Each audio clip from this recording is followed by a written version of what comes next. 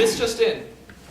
Aeschylus is considered the father of Greek tragedy, and was one of the first three ancient Greek tragedians whose work has survived, the others being Sophocles and Euripides, who we will cover later. Over to Andrew. Not much is known about Aeschylus' life, thank you, my good man. He was said to be born in 525 BC in Eleusis, a small town about 27 kilometers northwest of Athens. His family was wealthy and well established, and later on in life, the Persian Wars would play a large role. He wants to be known more as a war hero from the Battle of Salamis than as the playwright that he was. He wrote several plays, one of which about the Persian War, entitled The Persians. But one of his most famous plays was a play called Laius and Oedipus. Now, Oedipus was a king who had two parents who left him. He became a king of a country, and then he was invaded, and he killed the man who invaded his country and took his wife. But he later found out that the wife that he took was actually his mother, and that he had killed his father. Messy business there, messy business. Yes, messy business indeed. One of the more unusual things about Aeschylus was his death. Oh, I wish I had some hair.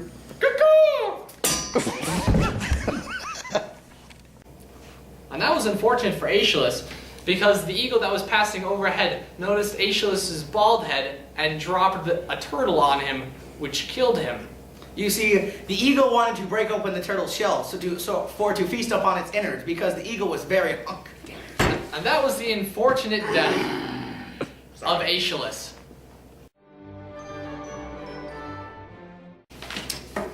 Zeno of Elea was a pre-Socratic Greek philosopher of southern Italy and a member of the Eleatic school founded by Parmenides. Plato says that Zeno was, quote, tall and fair to look upon, and was, quote, in the days of his youth reported to have been beloved by Parmenides. Now, the works of Zeno have not actually survived, but many ancient writers refer to him, so we can gather what he might have written about.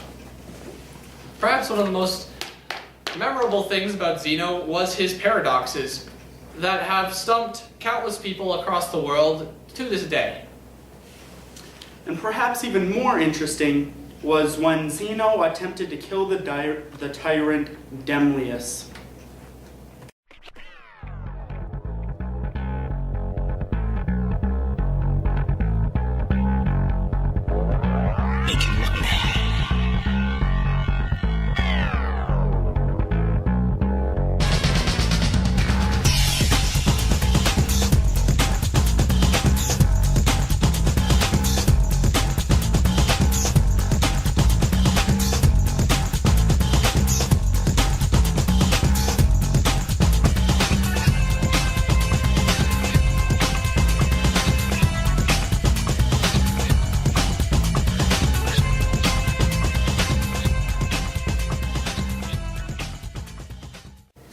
Zeno had bit off his own tongue and spit it at the tyrant Demlius. Out of pure disgust, Demlius had him executed. That's just gross. And that was the life of Zeno. Euripides was the last of the three great tragedians of classical Athens, the other two being Aeschylus and Sophocles. Ancient scholars thought that Euripides had written over 90 different plays before he died.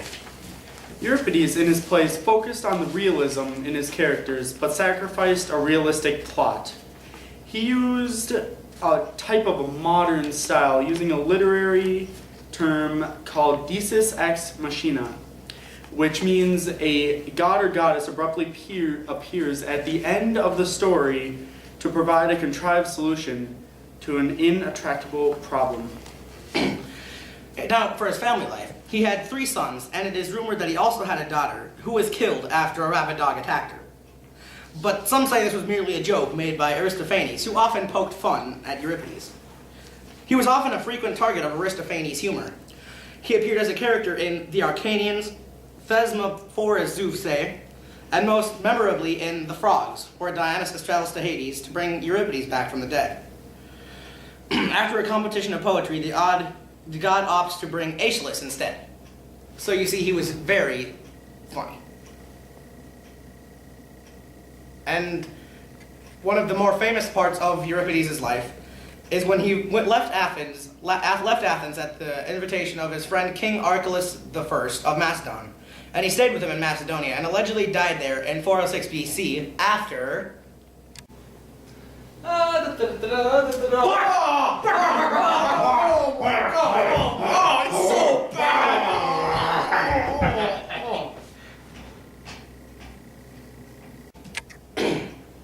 being accidentally attacked by King Archelaus I's hunting dogs while walking in the woods.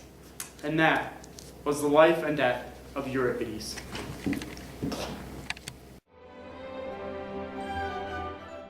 Now our next interviewer is a famous Greek artist who is known for one thing: Melanthios. Now, Melanthios, I understand the most famous thing you're famous for is your fine drawing skills. Is that correct? Yes. Would you mind drawing us something? Sure. I would love to draw you something.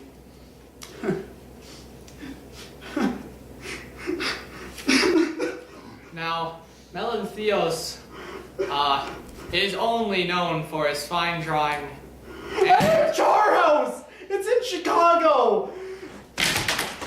and a Greek char house. And that's our interview.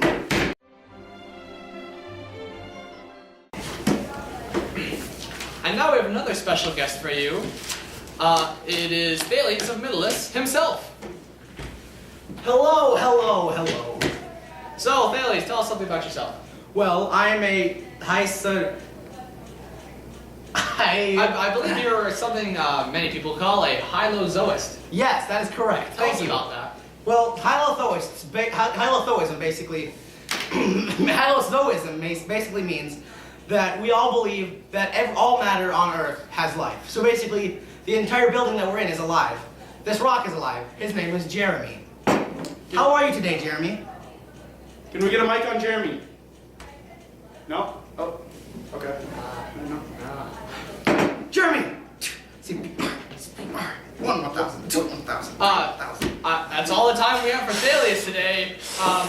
Please Join us next time. join us next time. Oh God, he's gone! And go. Okay. I was going at the camera just...